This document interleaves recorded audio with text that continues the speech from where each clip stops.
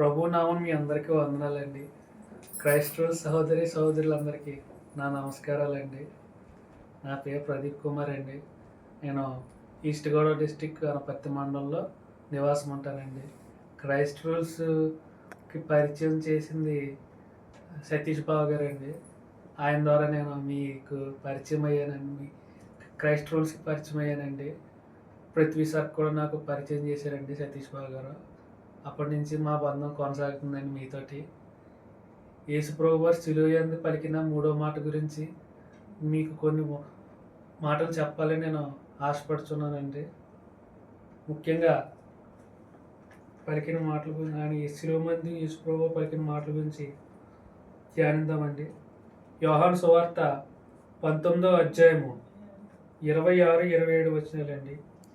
యేసు తన తల్లియు తాను ప్రేమించిన శిష్యుడను దగ్గర నిలుచుట చూచి, అమ్మా, ఇదిగో నీ కుమారుడు అని తన తల్లితో చెప్పాను. తరువాత శిష్యుణ్ణి చూచి, ఇదిగో నీ తల్లి అని చెప్పాను. ఆ గడియ నుండి ఆ శిష్యుడు ఆమెను తన ఇంట చేర్చుకొనెను. యేసుప్రభు వారు ఆ శిలువలో ఆ యొక్క ఎర్రటి ఎండలో ఆ యొక్క దెబ్బలు తిని ఆ యొక్క రక్తం కారుచు గాయపడిన శరీరపు వేదనతో శిలువ మీద వేదన పడుతున్న సమయంలో శిలువ యొద్ద ఉన్నటువంటి ఆమె ఆయన తల్లిని చూచి తన తల్లిని చూచి, అమ్మా, ఇదిగో నీ కుమారుడని యోహాను గారిని చూపించారండి. అలాగే యోహాను గారిని ఇదిగో నీ తల్లి అని ఆయన యోహాను గారికి చెప్పి అప్పగించారండి. అంత వేదనలో ఉన్నప్పుడు కూడా తన తల్లి బాధ్యతను, కుటుంబ బాధ్యతను ఆయన మరవకుండా తన తల్లిని తన ఎంతగానో ప్రేమించినటువంటి శిష్యుడికి అప్పగించారండి. అక్కడ కుటుంబ బాధ్యతగా ఆయన నెరవేర్చాడండి. ఆయన తండ్రి చిత్తం నెరవేర్చుటకు ఆయన ఈ లోకానికి వచ్చి శిలువ మీద మానవుల కొరకే ప్రాణం పెట్టుటకు వచ్చారండి. ఆయన శిలువ యందు వేయబడినప్పుడు ఎంతో వేదన పొందుతున్న సమయంలో కూడా ఆయన తన తల్లి బాధ్యతను మరవకుండా తన శిష్యుడికి అప్పగించారండి. ముదిమి వచ్చినకు నీ తల్లిని నిర్లక్ష్యం పెట్టకమని చెప్తున్న రీతిగా అక్కడ అది నెరవేర్చబడిందండి.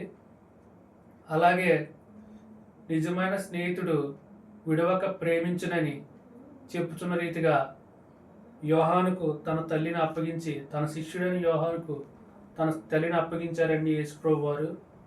మరి మనం మన కుటుంబం పట్ల ఎంత బాధ్యతగా ఉన్నామో, కన్నవారిని పట్టించుకుంటున్నామా, తల్లిదండ్రులు ప్రేమిస్తున్నామా అనేది మనం ఒకసారి పరిశీలన చేసుకోవాలండి.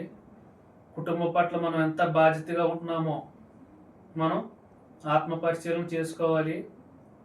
ఇంకనూ మన పట్ల ఎవరైతే మన పతనం కోరుకున్నచో వారిని మనం దూషిస్తామో, అలా కాకుండా వారి పట్ల మనం ప్రార్థన చేసి వారిని మారు మనసు పొందాలని మనం దేవుని యందు ప్రార్థించాలండి. దేవునికి ఇష్టరీతిగా మనం నడుచుకోవాలండి. అటు రీతిగా కుటుంబానికి బాధ్యతగా మనం ఉండాలండి. యోసేపు తన అన్నలు తనను ఐగుప్తు దేశీయులకు అమ్మేసినప్పుడు తను ఎన్నో బాధలు పడి అక్కడున్న ఫరో మహారాజు గారి ద్వారా ఆయన మన్నలు పొంది ఆ దేశానికి ప్రధానమంత్రి అయ్యారండి ఆయన. మరి కరువు సమయమందు వారి అన్నలు ఆ దేశం ఐగుప్తు దేశానికి వచ్చి తనకు ధాన్యం అడిగినప్పుడు ఆ అన్నలను చూచి తన అన్నల పట్ల ద్వేషాన్ని పెంచుకోలేదండి, ప్రేమనే చూపించాడు. తన అన్నలను, తన తమ్ముడిని, తన తండ్రిని కూడా తన వద్దకు రప్పించుకుని వారిని హక్కును చేర్చుకుని వారిని పోషించాడండి ఆయన. అంతేగాని వారి పట్ల కక్ష పెంచుకోలేదు, వారిని అవమానించలేదు, వారిని దూషించలేదు. అటు రీతిగా తన కుటుంబ బాధ్యతను అక్కడ తను తీసుకున్నాడు, నెరవేర్చాడు. ఇటు రీతిగా మనం ఎంతమంది కుటుంబం పట్ల బాధ్యతగా ఉంటున్నామో, కన్నవారిని పట్టించుకుంటున్నామా లేదా అన్నది మనం ఆత్మ పరిశీలన చేసుకుని దేవుని వాక్యమందు మనం నడుచుకోవాలని ఈ చిన్న వాక్యాన్ని ప్రభు ఆశీర్వదించాలని వేడుకుంటున్నానండి. ప్రార్థన చేసుకుందామండి. ప్రభు మా దేవ, ఇదిగో తండ్రి, శిలువ యందు నీవు 3వ మాట రీతిగా పలికిన మాటలు నాయన ధ్యానించుకున్నామయ్యా. ఇందులో నీవు ఇచ్చినటువంటి యొక్క మర్మం, కుటుంబ బాధ్యతను పట్టించుకున్నటకు తల్లిదండ్రుల మాట విని తల్లిదండ్రులను లక్ష్య పెట్టవలెను, నీ తల్లిదండ్రులను సన్మానింపుమని నీవు చెప్పుచున్నటువంటి యొక్క ప్రతి మాటను మేము నెరవేర్చలాగన మమ్మల్ని అటు రీతిగా నడిపించమని నేను అడుగుచున్నాం ప్రభువా యేసయ్య. మా కుటుంబాల్లో నాయన ఎన్నో సమస్యలు, వేదనలు ఉన్నాయి తండ్రి.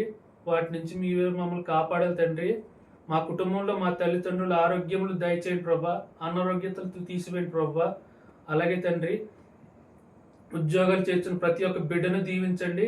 ఉద్యోగం కొరకు కనిపెట్టుతున్న బిడ్డకు ఉద్యోగం దయచేసి వారి జీవితాల్లో ఆనందం నింపండి. వారి ఆ బిడ్డల మీద వారి తల్లిదండ్రులు పెట్టుకున్న ఆశలలో ఆనందం పొలకింప చేసి వారిని రక్షించండి, వారిని కాపాడండి తండ్రి. వారి కుటుంబాలను కట్టండి తండ్రి. తల్లిదండ్రులను బాధ్యతగా చూసుకునేటటువంటి బిడ్డలుగా మమ్మల్ని నడిపించమని యేసునామమున అడిగి వేడుకుంటున్నామా పరమ తండ్రి. ఆమేన్. అందరికీ వందనాలండి.